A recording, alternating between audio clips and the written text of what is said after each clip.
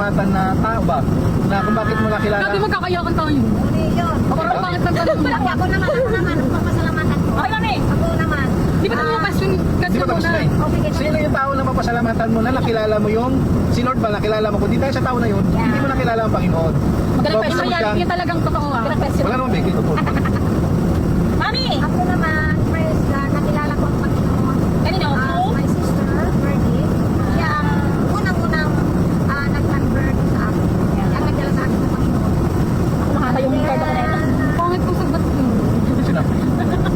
Magkakamanggitan tayo ng pangalan. Okay lang.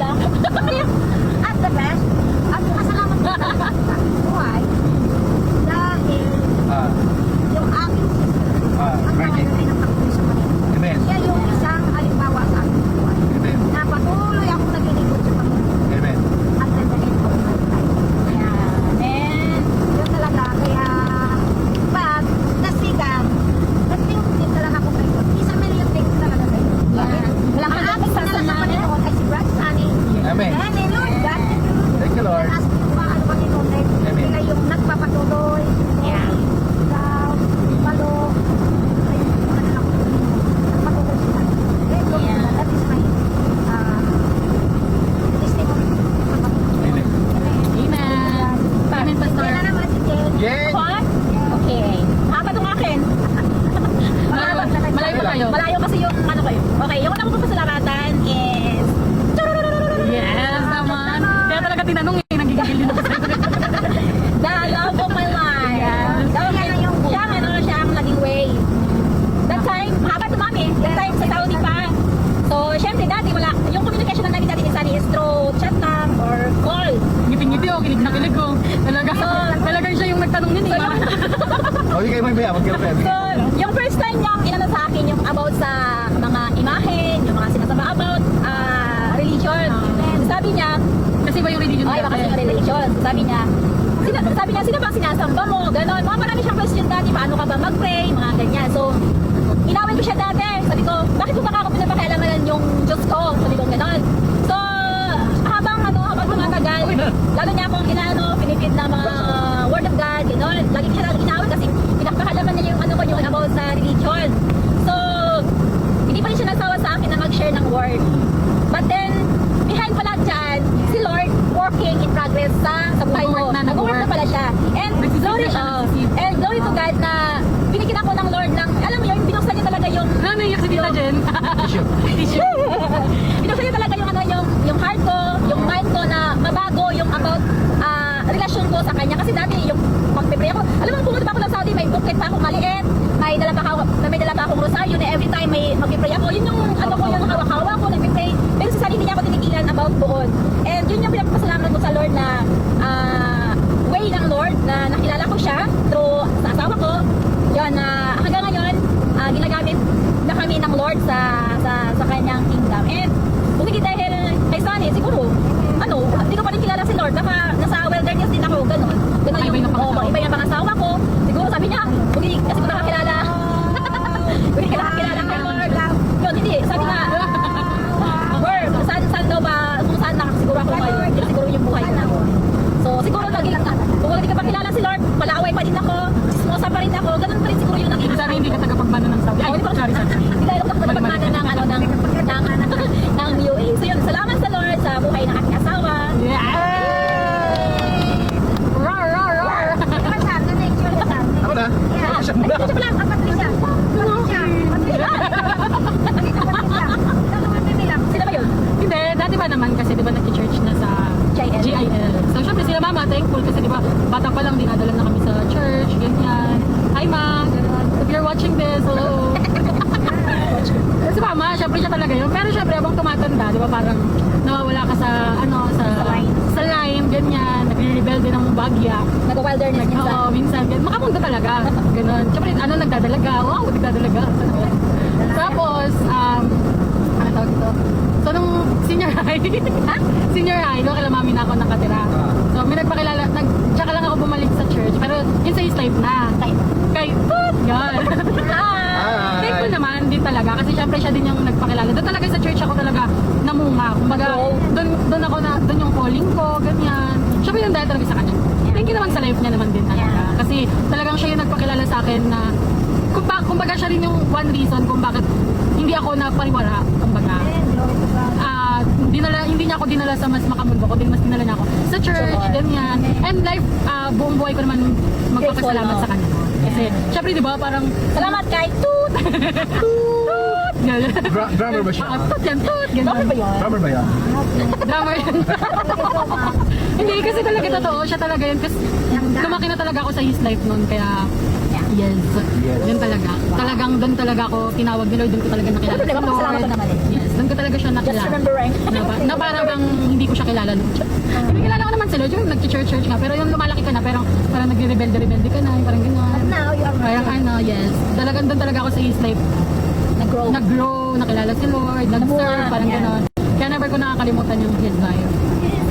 Yes! Yes. After next, may son. Wala na, alam na nila Ako, kung sino nagdala sa akin sa church. Sa totoo lang, sa maniwala kayo sa hindi, kung sa Saudi pa ako, wala talagang nagdala sa akin na tao. Through prayer lang yung hinanap ko talagang Panginoon. Walang nagpakilala sa akin na kasunod. Kasi nga, di ba lumaki naman tayo Christian. So tama yun, na kapag ka nakakarinig ka ng salita ng Panginoon, Tutubo. hindi mo alam na meron tumutubo dyan sa puso. Amen. May nagtutulong. Oo, naniwala ko dyan kasi, ano naman. Hindi pa. So, Tagal pa, full church siya. yun yung, yung Tayo pala ng ano. napatunayan ko na ang salita talaga ng Panginoon ay Powerful. Powerful. powerful kasi di ba sabi nga rin may dalawang talim Delicious yan. na sumisiksik pa nga di ba sa kasukasuan mo. So yung ano na yun, yung katawan kasi natin na to, ang Diyos ang gumawa. So kapag ka nakakarinig tayo ng salita ng Panginoon, ang katawan natin nagre-react ba? May reaction. Init. Hindi ganun. Di ba yun? So, Hindi ka na reaction. Ayusin mo. Ayusin mo pagka-drive. kasi yun ko ba yun? Hindi ganun. Makabala ang pang natin. Dali na. Dali na. Hindi ganun. Para Hindi, dalawa iba yung yun. ma-upload. Nakakatawa kasi natin na ito. Gawa ng Panginoon, kaya nga, pag tayo nakakarinig ng salita ng Panginoon, nagmamanifest. Hindi may impact yan. Di ba, May impact. Hindi kaya nga, di ba, minsan pag nagpipray tayo, parang wala namang pero yung Holy Spirit, di ba, natatouch ka kasi yun na yung, parang yun, yun na. May impact kasi nga, siya gumawa sa atin Kinuna tayo ng hininga ng Panginoon Kaya ang bawat salita ng Panginoon ay tatago sa puso natin. Bagamat sabi nga ng Panginoon, may warning ang Panginoon kasi sa pag narinig mo yung salita niya, huwag mong patigasin ang Not hard in your heart. Di ba sabi ng Pumunta ka pa Panginoon? yung tinga. Kasi pagka pinatigas mo yan, di ba naririnig mo pero pinapatigas mo pa rin yung puso mo. Wala nang magawa ang Panginoon. Pero sabi nga ng Panginoon, nandoon yung pag pinalambot mo yung puso mo, hinanap mo siya, sabi nga ng Panginoon, if you seek me, You will find me. ano sabi ng Panginoon? Then, you will find me. Ibig sabihin, makikita mo ang Panginoon doon. So, ganun yung nangyari sa akin na sinik ko yung Panginoon. Then, nakita ko, doon sa Saudi, merong mga churches pa ron. Pero hindi pa naman ako ganun kalalim. Siyempre, bago akong, although meron akong background sa pagiging Christian noon. Hindi nga, Pero good thing nga din kasi alam natin na Christian, yung gano'n, kasi nga dala mama, yung gano'n. Pero yung parang napipil mo, yung presence talaga, nung eto na lang, yung bago na, kasi nga, gano'n. nagkaroon na yun ng tanim sa puso, na gano'n. So, And how about in your then, pasok muna sa ano tawag dito? Sa ano muna sa Pinasa-Saudi ka. Saudi muna kasi yun nga, Saudi life. Saudi life. Siyempre, although Christian na tayo na hinanap ko yung Panginoon kasi pag nandun ka sa mga bagay na malungkot, siyempre makakaisip tayo Pag malungkot tayo, makakaisip tayo ng di maganda. So, ang nangyari nun, sinik ko si Lord nung time na yun. And then, talagang sumagot ang Panginoon kasi nga, hinahanap ko siya Siyempre, matatagpuan mo talaga ang Panginoon pag hinahanap ko siya. Maya, ano yan. So yung natagpuan ko, nagamit din ako kahit paano sa music doon, sa churches na yun. Pero hindi pa naman ako gano'n na malalim na Kristiyano. Hanggang pagdating ko dito sa UAE, hinanap ko ulit ang Panginoon. Hanggang nagkaroon kami ng churches dito sa yung Galaronan din yun. Tapos mahalawang churches, hanggang nakilala ko si Mami, na dinala naman ako sa GCKC ni Mami. So yun yung pasalamat ko rin ako kay Mami na naganap na. Kasi ang Panginoon, gumagamit siya ng mga tao. Yes. Siyempre, sino naman ang gagamitan ng Diyos? Siyempre, tao pa rin. Kaya nga sabi ni Jeremiah, sino ang isusuko ko? Sabi ng Panginoon. Ano sabi ni Jeremiah? Here I am, Lord. Send me. Sabi ng Lord.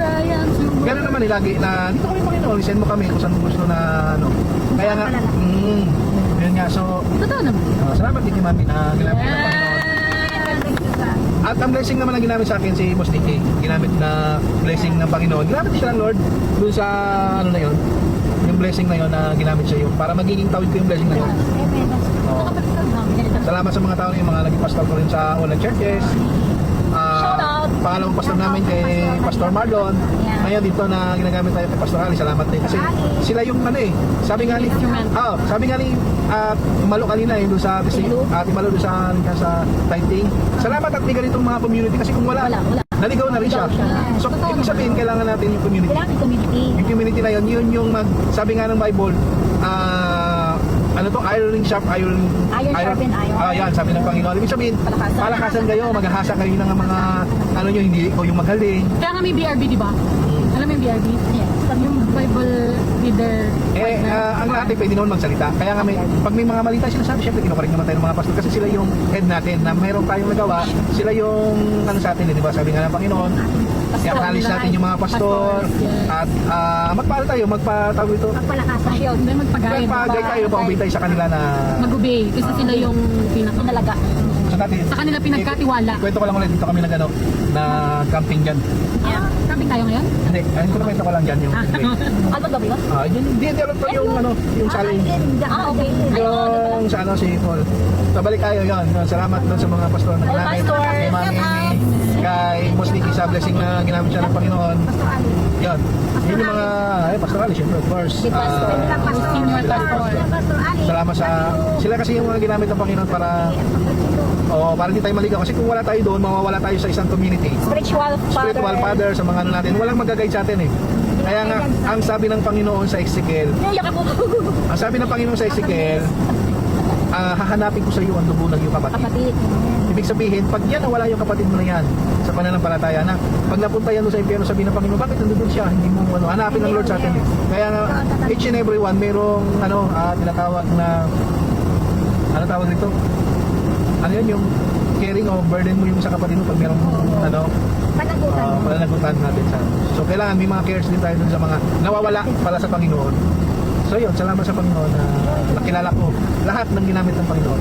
Kasi kung pagmamasdan mo, sa ganun din sa Bible eh. May mga ginamit dun sa tapos pinatawag ng Panginoon kay di ba nung nabulag si Apostol Paul, di ba? Nabulag siya. Sinong ginamit para magkaroon ng paningin si Apostol Paul, di ba? May ginamit siyang tao doon. So yun, hanggang nagkaroon ng mga Christianity, dahil sa Panginoong Jesucristo na siya ang ating tagapagligtas nila. Yeah. Next question. Next question, si Patricia magbibigay Ito naman. na. Next Ako lang yun. Another question. Jenny, baka meron din Wala ko maisip na question. Ito na lang. Sige na. Halimbawa, binigyan ka ng Lord ng isang araw. Isang araw na, gano'n na lang yung magiging buhay mo. Isang araw na lang yung buhay mo. Oo, parang gano'n. Pero ito na lang yung, yung tawag dito, hanggang dito na lang yung buhay mo. Parang binigyan ka ng Lord ng ganyan. Ano yung kauna-unahang gagawin mo? Then, kasi parang binigyan ka ng Lord ng parang ultimatum, parang gano'n. Nangyari lang naman. Anong unang-unang mong gagawin, take or isipin, gano'n?